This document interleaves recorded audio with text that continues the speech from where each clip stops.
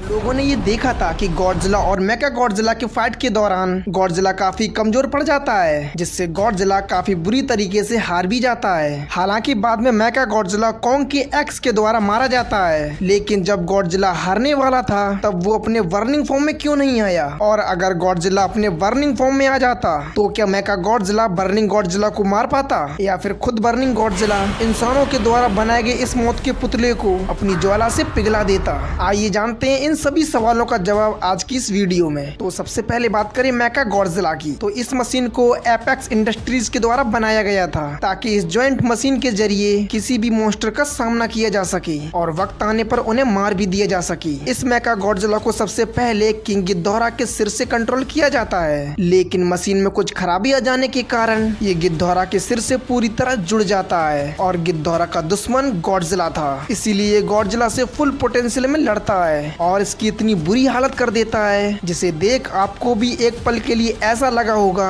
कि ये गॉडजिला तो नहीं हो सकता। खैर, कॉन्ग अपनी एक्स की सहायता से इस मेका मशीन के टुकड़े टुकड़े कर देता है। मेका गॉडजिला 400 फीट विशाल तथा 1,56,000 टन भारी होने की वजह से ये आकार में कॉन्ग और गॉडजिला दोनों से ही विशाल है और इसी वजह से दोनों ही मॉन्स्टर्स पर ये भारी पड़ रहा था। इसके पास गॉडजिला के हर एक हमले का इस प्रकार जवाब था कि मानो मेका गॉडजिला के सभी मूव्स को जान चुका है। कई बार तो हमें ऐसा लगा कि गॉडजिला और कॉन्ग मिलकर भी इस मेका मशीन का सामना नहीं कर पाएंगे। अगर बात करें इसके फीचर्स की, तो इसके पूंछ में एक मेका ड्रिल मशीन है जो कि इतनी घातक है जिसकी मदद से वो गॉडजिला के साथ साथ कॉन्ग के भी कई छेद कर सकता है। इस गॉडजिला के पूरे शरीर में और भी कई प्रकार के वेपन्स लगे होते हैं जिससे वो गॉडजिला पर हमला करने के लिए इस्तेमाल करता है। जिस प्रकार गॉडजिला के पास उसकी एटॉमिक ब्रीथ है, ठीक उसी प्रकार मेका गॉडजिला के पास भी एक शक्तिशाली एटॉमिक ब्रीथ है जिससे वो पहले पूरे शहर को नष्ट करता है। और जब गॉडजिला अपनी एटॉमिक ब्रीथ से मेका गॉडजिला को रोकना चाहता है, लेकिन ये गॉडजिला की एटॉमिक ब्रीथ मेका गॉडजिला के सामने नहीं टिक पाती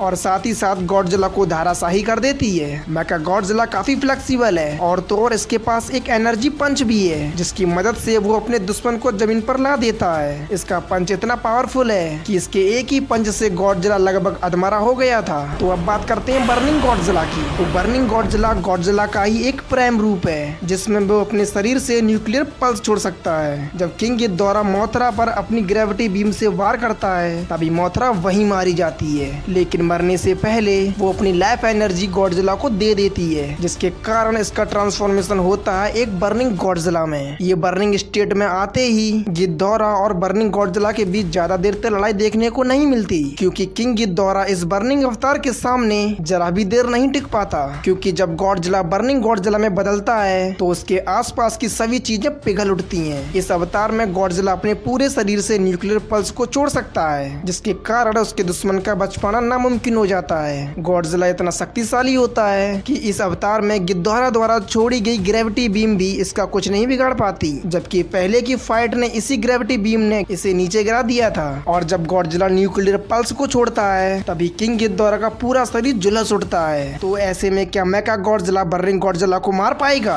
पर ये जानने से पहले आइए समझते हैं कि आखिर क्यों गॉडजिला मेका गॉडजिला के सामने इतना कमजोर पड़ जाता है। वैसे तो इसके पीछे कई कारण हो सकते हैं, पर मुख्यतः यह दो कारण बताए जाते हैं कि कॉन्ग से हुई लड़ाई में गॉडजिला काफी थक चुका था और इसने अपनी एटॉमिक ब्रीथ से कई बार कॉन्ग पर हमला भी किया था, जिससे इसकी एनर्जी 50% से भी ज्यादा कम हो गई थी और मेका गॉडजिला के फाइट के दौरान इसकी एनर्जी इसकी हार की वजह बनी। इसके साथ ही एक कारण और बताया जाता है कि हो सकता है क्योंकि मेका गॉडजिला किंग गिद्धौरा के सिर से जुड़ा हुआ था, इसलिए किंग गिद्धौरा गॉडजिला को देखकर बौखला जाता है, इसीलिए वो सिर्फ गॉडजिला को जान से मारना चाहता था। इसीलिए वो गॉडजिला के सबसे कमजोर हिस्से यानी उसके डॉर्सल प्लेट पर मिसाइलें छोड़ता है। तो अब बात करें कि गॉडजिला इतना पिटने के बाद भी गॉडजिला क्यों अपने बर्निंग फॉर्म में नहीं आ पाया, क्योंकि गॉडजिला को अपने बर्निंग फॉर्म में आने के लिए उसे ढेर सारी एनर्जी की जरूरत पड़ती है और उस वक्त गॉडजिला के पास खुद को बचाने तक की एनर्जी नहीं थी, जिससे वो मेगा गॉडजिला से हार गया।